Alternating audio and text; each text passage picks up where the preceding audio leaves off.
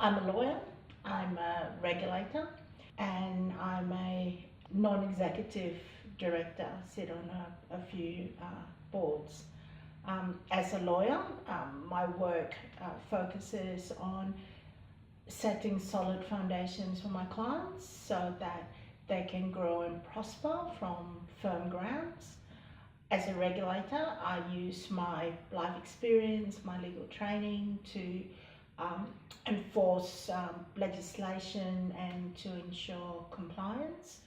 As a director, I focus very much on governance. I feel that society is asking a lot more of boards.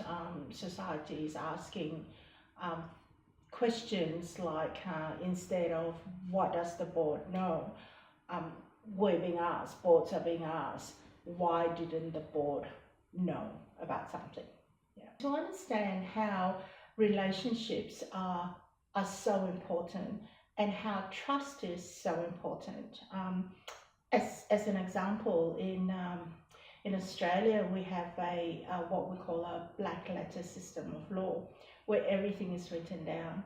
And you want to build a building, and you're going to have a 100 page contract where everything is there. Dealing with the Chinese,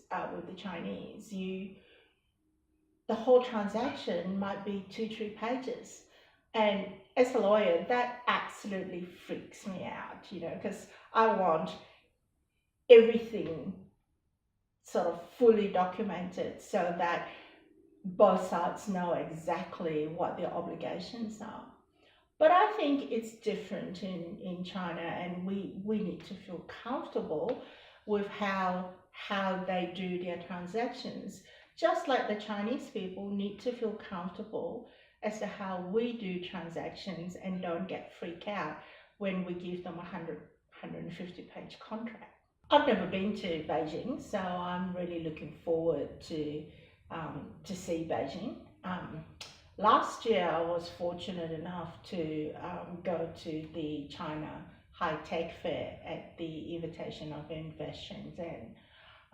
And that really, really blew my mind as to, just seeing what the Chinese people are able to achieve. I come from Malaysia, and I grew up post-colonial Malaysia, and the way we thought about things was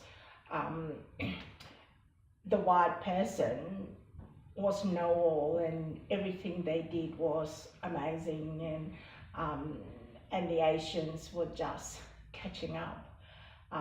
When I went to Shenzhen, and it's only Shenzhen, so we're not even talking about any of the other cities in China, just to see their technology, it was just so beyond what we see today.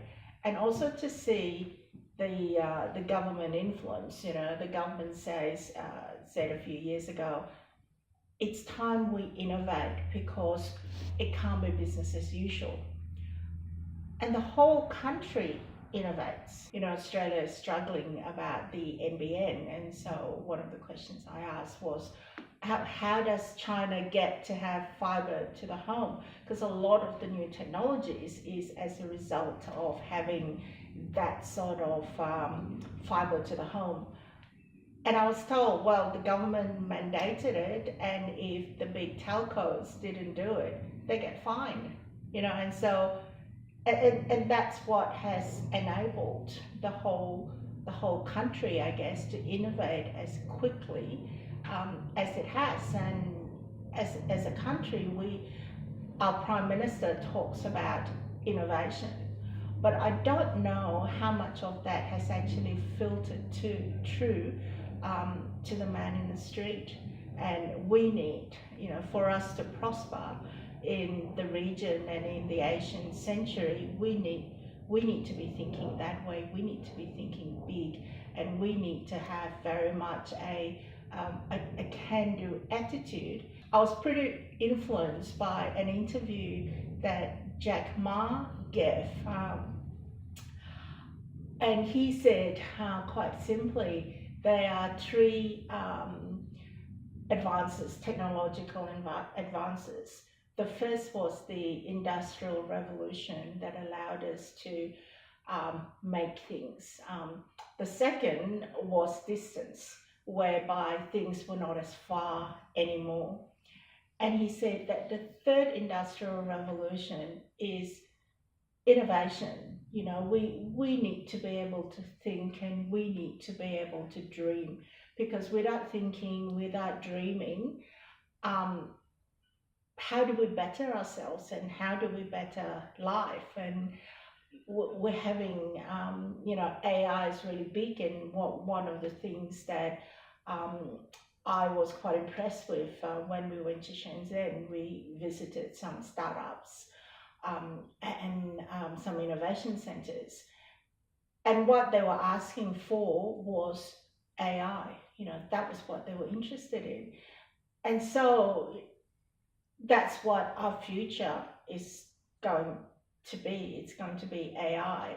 And for us to be able to interact with AI, we need to be able to ask questions. I think the important thing is to understand. You know, that's the whole purpose of this. We're not taking a delegation to sell or buy, although of course being business people, we would like to, you know, if we do get some selling and buying, I would say that as an absolute bonus.